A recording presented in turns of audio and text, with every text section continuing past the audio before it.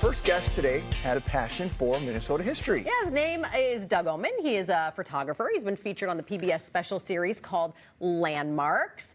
He spent years traveling the state, capturing landmarks and churches and barns and more. He's even written books about his experiences.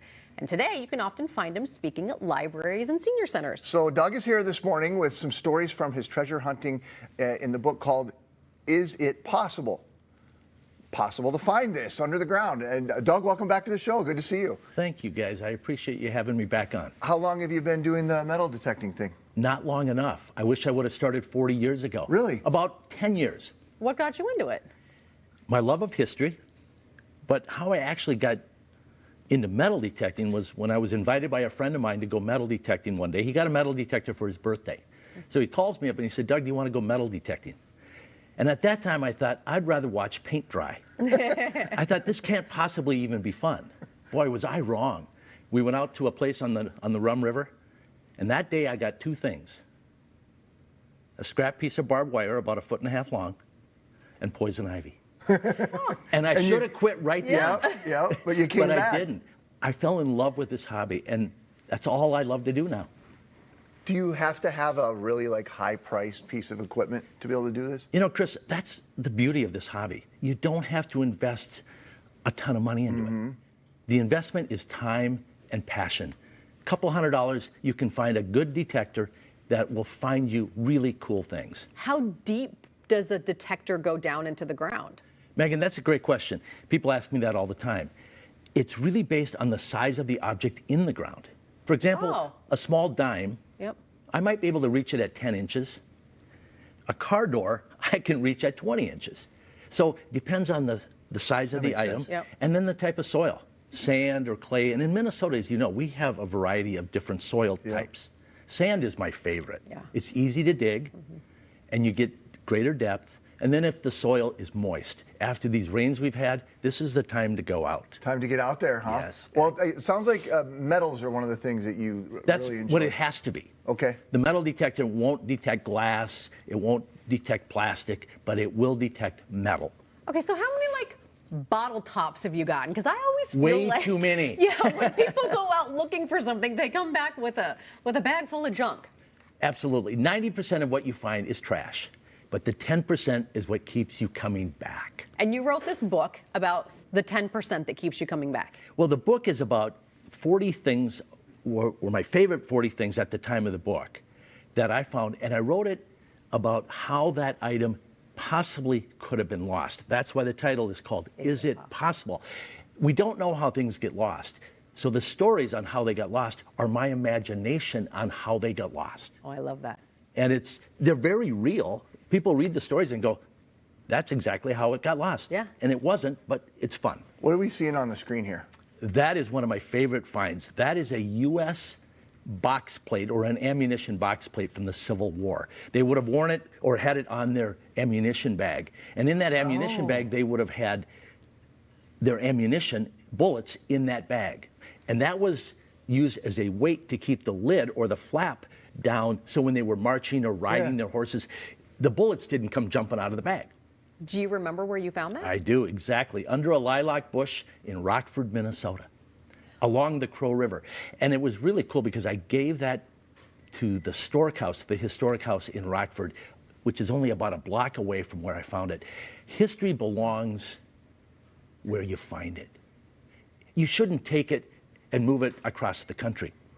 Local history is the best. That's a great point. We had a couple other things that you found. A copper knife. That is the oldest relic, and probably the oldest relic I'll ever find. Is that what this is? Yes, it's 4,000 to 6,000 years old. How did you know it's a knife? It doesn't look like it. I didn't know. My friend Steve, who I metal detect with, he's my detecting buddy. Yeah.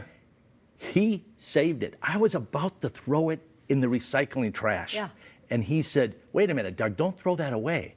And I said, what do you mean? It's a piece of scrap copper. He said, no, that is a very historic relic. And I said, you're crazy.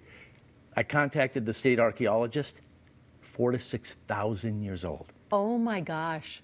When you can hold something of that age in your hand, knowing that a human being has not touched it in that many years, I don't know about you, but that's cool. Where did you find that? Near Princeton, Minnesota, on a farm. only about 7 inches down. Well, and it's not in a museum. Like It you is now. see these. My point being, you see these old relics in museums, right, behind glass. But you found this. It was lost. No one knew it was there.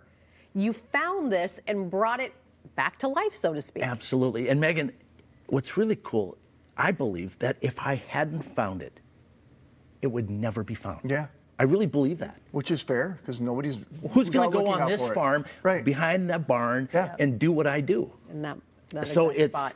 you never know. When you go out detecting, that's the beauty and the fun, is you don't know what you might find. So you found this class ring. Tell us about the story here. Oh yeah, I found that, and it had the initials on it, and it had the school. So I found the yearbook from 1973, St. Because it has a Francis year High on School. it, right? Yep. And I went to, and I looked, and there was a guy's name with those initials. I found out that he lived locally. And is this I you? contacted him. That's Dennis Nutter, and I handed him his ring. I called him up one day and I said, "Did you go to school at St. Francis, graduate in '73, and all that?" And he said, "Yeah." And I said, "Did you have a class ring?" And he says, "I did, but I lost it when I was 18 years old."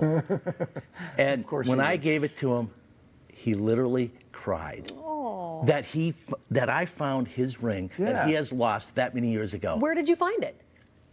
on an old beach site that's all overgrown now along a lake near the town. And then I asked him, I said, Yeah, did well, you go he there? asked me, he said, "Where did you find it?" Yeah. And I said, "Where I found it." And he said, "Well, we used to party back Yep. there." Yep. I was going to say, I bet he was there and remembers it. But he said, "I 18-year-old. lost it the summer after graduation in 1973. Right away. When you find those kind of connections, and I can't stress how important it is and how fun it is, the people you meet in this hobby. I have met hundreds and hundreds of folks I would have never met had it not been for this amazing hobby of metal detecting. What do we have here on the screen? That is the oldest U.S. coin that I have found so far. 1849. Now, 1849, if you know your history, Chris, was what? What was significant about that date in Minnesota? That when we became statehood? That was 58. We became a territory. Ah. So that coin is a territorial era coin. Wow. And so there probably are not very many of those. No, you don't around, find right? that every day. Yeah, Believe yeah. me. And when I found that, I had to sit down Well, sure. because I was shocked. You'll find that out east, but not in Minnesota very often. So did you go back looking for more coins in that exact Oh, spot? exactly. Yeah, I totally would, Exactly. right? But sometimes that doesn't work out. But Yeah. you have to try, right? Tell us about the book and where people can find it. The book, I self-published the book, and I had it printed locally here at Thomson Reuters in Minnesota, which is really cool. Yep. They did a really nice job. Have them contact me directly. Okay. I have a pretty sizable footprint on the internet. Google my name, Pioneer Photography, and I sell the book, but it's just a wonderful short story book, 40 short stories of things that I found. And when people read it, they come back and they say, "Doug, it was just fun." Yeah, it was fun. And that's the best compliment you can Yep. get on a book. That it was Absolutely. fun. Well, Doug, good to see you. Thank you guys for having me. Thanks for back. coming by again. We'll post a link for you to his website on minnesotalive.com. There you'll find details about the presentations that he does all over the state, all about Minnesota's history. His next ones are tomorrow in Coon Rapids at the Senior Center and at Summit Place in Eden Prairie.